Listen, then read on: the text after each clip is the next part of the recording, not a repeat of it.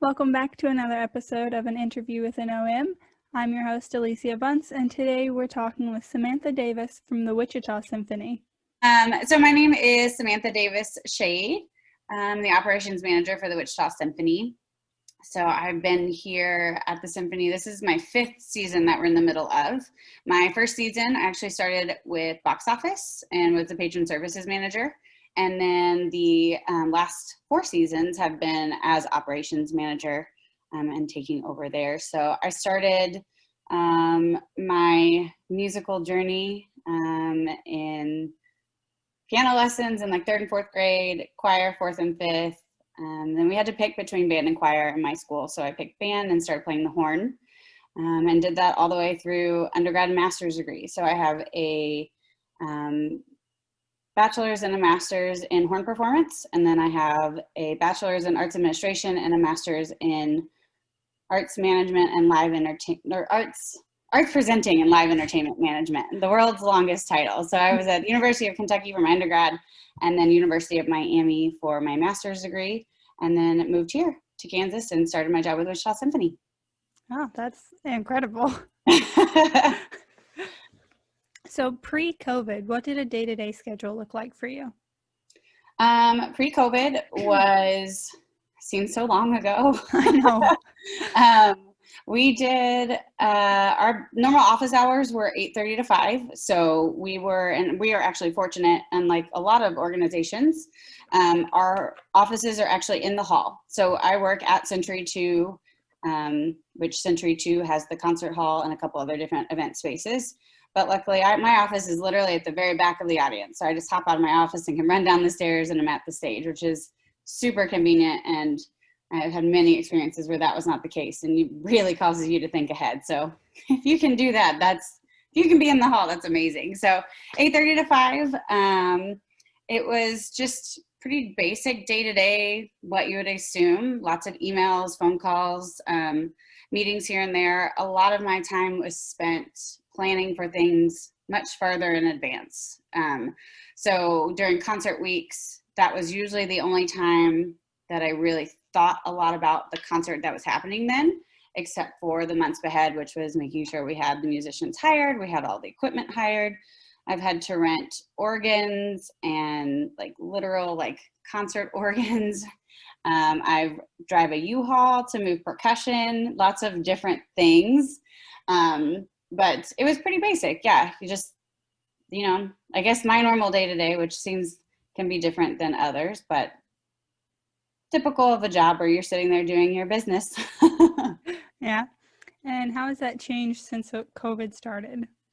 So post-COVID, my life got very boring for a while, to be honest with you. We ended up in March. We were in the middle of a concert week when the world kind of came to a stop. So we had to stop our mid-rehearsal, or we were supposed to have a Friday night rehearsal and a Saturday, Sunday concert. So we canceled that in the middle of Friday. And then until about August, I was still working. I was working from home. We actually were unable to utilize our offices because Century 2 is a city building and all those city buildings with large capacities were closed. So we had a day's notice to go get what we needed and move home.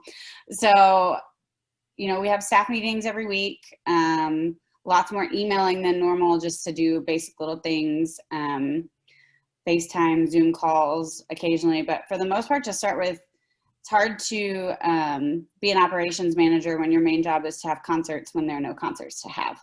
Mm-hmm. So it was different. And now we're back to having some live performances and things are different. My job description now includes taking temperatures and things like that you just wouldn't expect, but we're actually still working from home. Our offices are still available to be able to come and go. So I'll go in once or twice a week to kind of access things that I may not be able to do at home. I have a dual monitor screen in my office, and that is very, very, it's hard to go back. It's been a long 6 months with my little Mac laptop. But yeah, so it's just, a lot more time on the computer in front of a screen, I would say, for sure, with all the Zoom meetings and everything that has to happen. But And are there any softwares or programs that you swear by to help with this? a dual monitor. Well, yeah. And I know it seems silly. It was something that was offered to me at one point, and I was like, I'm okay, like I'm fine. And now, like, if I could have 4 monitors, I would. It is a game changer, and I would highly recommend it for anyone. But for us, we're a pretty small orchestra. We're per service without a guaranteed number of services. So we don't have tessitura or any of those other orchestra type specific programs. So we do use Patron Manager, which is what I utilize a lot as the patron services manager. It's our box office service. So online tickets and being able to purchase that way. I really did try when I first transitioned from box office to operations to incorporate it somehow. It didn't have a lot of great functions, or if they did, they were really expensive to incorporate into what we already had product wise. And it wasn't something that I think was going to make a huge game changer. So for me, as basic as it is, Word and Excel, those are what I use the most, just for our call sheets and budgets and things like that. We keep it pretty simple, and I'm sure that there are more efficient ways to do it, but I try to be as efficient as I can with what I've got. So. Mm-hmm. And can you tell me about your proudest moment in the Wichita Symphony? Ooh, I think there are 2 that are kind of tied for me. They're almost the same in a lot of ways. For one is our operations manager had been with the symphony for a very long time, 20 plus years, and decided to make a career change, and it was kind of sudden and no one was really expecting it. So when she left, I took over with not a lot of notice, and though I felt capable of doing the job, you never know until you're in it. Mm-hmm. So for me, after that first concert week was over, was like, okay, everyone did it and we had a concert. So that one was really, that was really great for me, because it was not, no one expected such a big change so quickly, and all those things. And I wasn't unprepared, but again, you don't know what you're getting until you do it. Mm-hmm. And then other than that, we did Britain's War Requiem last November, obviously not COVID approved. Yeah. And we had, let's see, I still have a note saved. Yeah. So our concert hall stage is a pretty big stage for what it is, but we definitely had some challenges getting everyone on stage. So we ended up with a full orchestra of 67. There are 2 orchestras with the War Requiem. So the full orchestra was 67, the chamber was 12. We had a children's choir with the organ, as mentioned in the rental, which was 35. Our Wichita Symphony Orchestra chorus was 134. There were 3 vocal soloists, 2 conductors, and a total of 253 people just on stage playing. So the fact that we made that happen was great. Another small little bonus for me, which was very exciting but very stressful, is we had a horn player actually drop out a week prior. So I ended up playing in the orchestra as well as doing all of it. So, and had just a lot of little quirks and things to take care of, but it was, I don't know that I'd recommend doing it again. No, it was really, really great, but it was a lot of planning and it was a lot to undertake. So yeah, that sounds incredible. An incredible amount of work, but also a great payoff.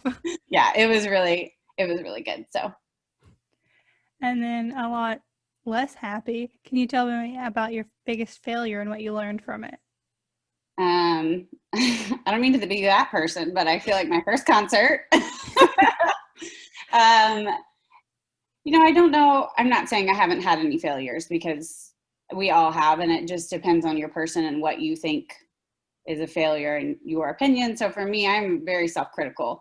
So if things don't run as smoothly as I feel like they should, that's hard for me. So in terms of full catastrophic failures, we've always had a concert and it usually goes like it's supposed to. Just the learning in a new job was hard. It was just something that I went from only dealing with patrons and ticket issues to an 80-person orchestra with a lot of change very quickly. And it was fine, but it was hard. It was hard. Mm-hmm. And, personally, we had bought a new house and didn't know that was happening. So we were trying to flip our house and move in, and I had started a new job, and it was hard. It was hard. And again, I don't know. I don't think that I failed, but I learned so much. Mm-hmm. So much. And I think that anyone probably would feel the same. And for being a type A, controlling and like to have order, to feel that way felt like a failure. I completely understand that. So in your position now, do you have anyone that answers to you? Yes. So we are a really small staff. We have 5 full-time and then 3, 4 part-time. And 2 of those part-time sort of answer to me, our librarian, but she really mixes with our conductor, our CEO, and then our business manager. And then our personnel managers, who really does answer to me. I'm very lucky in that he is a very senior member of the orchestra. He's been in Wichita his entire life and is one of the most amazing humans that I've ever met. So we joke about me being his boss, but we're coworkers. Occasionally I'm like, did you send that email? But otherwise, he's great. So I do have him. I feel like he's kind of an exception to feeling like I have an employee. Mm-hmm. And then the members of the orchestra are technically, under, I'm in charge of, but again, I don't see them a lot, and they don't have too much they can get in trouble or have to have any issues with. So it's just making sure that they have the information that they need. And a lot of that we've set up that comes from the personnel manager. And for us, he is also a member of the orchestra on purpose as part of our collective bargaining agreement. So he's on in the ensemble and doing those things, and is a great communicator to kind of help and do that. So, but yeah. And talking about the collective bargaining agreement, how involved are you with those negotiations and then the individual contracts of the musicians? More than I want to be. No, we go through our collective bargaining. We do every 3 years. So not COVID summer, but the summer before that, we went through one, and that was the first one I'd really been a part of. So it's a very interesting negotiation process and working through, but I'm not super involved in terms of making rules or anything, but I'm there to help say, hey, this is going to be hard to enforce, or this doesn't seem like a realistic thing we can manage that they're requesting, or those kinds of things. So I forgot what was the other part of the question. I forgot. I have I go on a little PTSD when it comes to negotiations. How involved with individual contracts? So for our CBA, our musicians all fall within that. We only have one that is negotiated separately, and that's our concertmaster, and our CEO handles that. I'm just there to help make sure everyone gets paid the appropriate amount of money. And then I do work with our guest artists. They are separate from the CBA. So our boss will usually kind of negotiate a price and the dates that we've agreed on, and then I will either issue the contract or they will send one to me that I proof and edit to make sure everything is good to go, and then our CEO usually signs those. Okay. So there's not a lot for the individual musicians. They fall within the CBA, which is great. We don't have a bunch of individual contracts to kind of dole out. It's just, here it is, and everyone's on the same page. Perfect. And then moving to an employment section, what advice would you give to someone going into this field? For me, the biggest thing that was a game changer, I guess, for me was just I interned so much. I had so many unpaid jobs, but they were huge. I mean, I've worked with the Lexington Philharmonic. I've worked with the Central Kentucky Youth Orchestras. I worked for the Peninsula Music Festival, National Repertory Orchestra. a bunch of small different places here and there, a lot of different things locally wherever I was living at the time. And I just tried to be as involved as possible, because it started out with, I don't know if this is what I want to do. I guess I'll try this and try that. And then it turned into, well, I guess maybe if I'm going to do it, I should do some more things like this. And it's just the best, education is really important in your coursework and attending classes and those kinds of things. But for me, the internships were the biggest. You just learned so much more than you could ever learn in a classroom, with being hands-on and watching someone else that's in a job maybe that you want, and what they're doing and how they're doing it. So that would be my biggest suggestion, is as many internships, practicums, whatever you want to call them, that you can do to be hands-on. And eventually you'll get paid, eventually. Yeah, that's what I've been struggling with, because I'm from Eastern Kentucky, so it feels like there's nothing near me. Yeah. But it's really good to know that even just like Lexington is a possibility. Yeah, I mean, the Lexington Bill was one of my first real internships, and it was because I actually worked at Singletary Center for the Arts part-time when I was in school, and met those people from working as stagehands, and it just kind of flowed naturally, and I was like, well, I guess I'll just try it, and it was great. They are one that have to move into their hall for concert week. So again, you learn a lot when you realize you forgot something and you can't just go print it real quick. And there are also other places, I was an usher for the Adrian Arch Center in Miami. So completely different from back of house, doing more front of house. And I think that's another thing that's really important, is if you don't know what you want or you're not sure, try a couple different things. Like, I learned that patrons and guests weren't always my favorite experience, and that I related more to the musicians because I am a musician. And that was something that I learned after a couple different places. And my experience in box office with Wichita Symphony was great. It just so happened this opened and was something I was more interested in. So. And what's something that you wish you knew more about before going into it? Everything. Yeah, I mean, it's really, for me, it's really hard to, put into words something I wish I'd known. It's until you're in it and doing it, you learn a lot. I think be open, ask questions. I also think I wish I'd known how much work it was going to be. It's a lot more than you expect sometimes. And it's worth it, but it's definitely like, wow, this is, in a nonprofit organization, you will be the one doing it. And there's usually not a lot of people there to help you. I'm basically a 1.5 department. So if it doesn't get done, then it's not going to get done. So just making sure that you ask questions and you don't assume that you know what's going on. If you're not 100% sure, check in and save everyone some time. And talking about extra work and taking temperatures, are you the certified COVID person for your organization? I feel like certified is a great way to say that.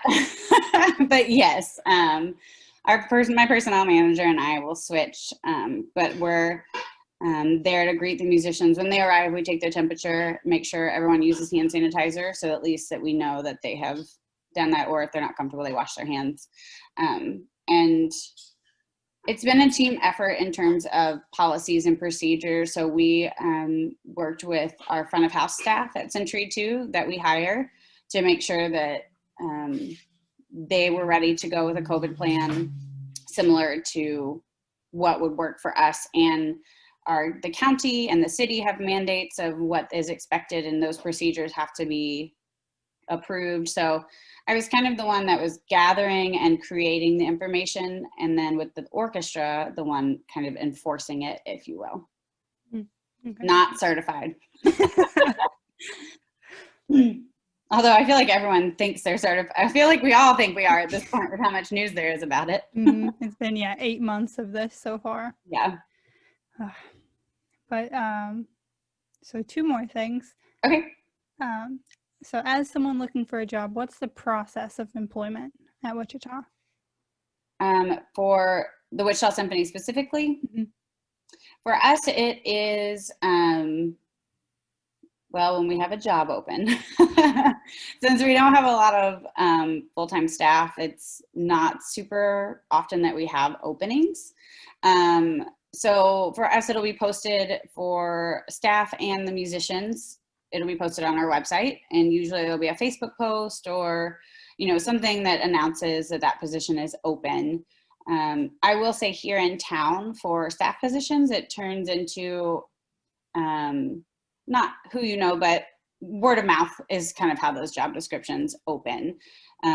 So I found out the patron services manager position was open through our personnel manager, who was a good friend with my husband when we were moving into town. So I wasn't in Wichita, but we knew because of someone that was in town. Mm-hmm. So a lot of it's looking on the website. For the musicians, we ask them at a certain point that's stated in our CBA, are you planning to return or not? And then if it's a no, then we look for either the 1-year position to fill for their leave of absence, or if they're retiring or completely leaving for whatever reason, then that gets posted. It also gets advertised in the American Federation, or the AFM, American Federation of Musicians, in the, I can't remember the name of the magazine, International Musician, I think. Yeah. It's been a while. We didn't end up having auditions this last summer just because of COVID. So that's kind of how that gets posted. And then for musicians, it's a blind audition. So they send in their resume and an audition deposit. And then when the time comes, they come, we do a blind, however many rounds we need and all those things. And then for staff, it's usually just a cover letter and a resume submission. And then we go through, usually the staff is pretty involved since there's such a small group. So when I interviewed, first moving here, we did Skype interviews, which now seems so silly to think that anyone was worried about a Skype interview with how much Zoom we're doing. Mm-hmm. But I had an interview with the CEO, and then I also had an interview with 4 of the staff members. So that was, nice to kind of get to know them. But yeah, I mean, it's pretty simple, just when the time comes open. Mm-hmm. And then the last big picture thing is, where do you see the industry moving forward? A lot of virtual, a lot of video, a lot of live streaming. And I think that is something that will, for those organizations, Wichita Symphony included, that weren't already doing those types of things, like New York and Berlin and Boston and all the big orchestras, it's been a huge learning curve for us and trying to move forward. I think that the industry will come back. I think it always will. It's just going to look different. It's never going to be the same again. The days of only having Beethoven and Brahms on concerts is probably long gone, which is not a bad thing, though they've been around for a reason because they're amazing. But I think lots of newer works and new music and smaller orchestras probably for a while. And everything, it'll all bounce back, especially with, I think, how long everything's going to be gone. Everyone's going to be looking for that way to come back to the concert hall or the theater and have those live experiences. Okay, perfect. That's all my questions. Do you have any more advice or questions that you have? No, I think the only other thing that I would say, if you're looking for a job, it never hurts to, especially if you're looking for an admin job. As a musician trying to find a audition, you can email, but usually those are really set in stone with how that process goes. But if you're just looking for an internship or any sort of experience reaching out to an organization, we did not have interns when I got here and had a couple inquiries. And so we've now had interns, and which has been great for us as staff and as a person wanting to gain experience. So it never hurts to reach out, especially if in the nonprofit world, you're okay with knowing you're probably not going to get paid for it. But I promise you'll get paid eventually. I promise. But just reach out. It never hurts to ask the question and make a contact and have coffee or anything like that, just to kind of get your foot in the door if that's something you're interested in. The good thing about nonprofits is everyone's there for promoting that art form and wanting it to get better and wanting people that want to be involved as part of it. So Okay, well, thank you so much for sitting and talking with me. You're welcome. Thanks so much for watching and or listening. And if you're interested, there are more episodes and interviews on the same platform that you found this one, including a summary episode at the main end of the series, going over differences we may have found and overall best practices for operations managers in the nonprofit field. So stay tuned. Thank you. Goodbye.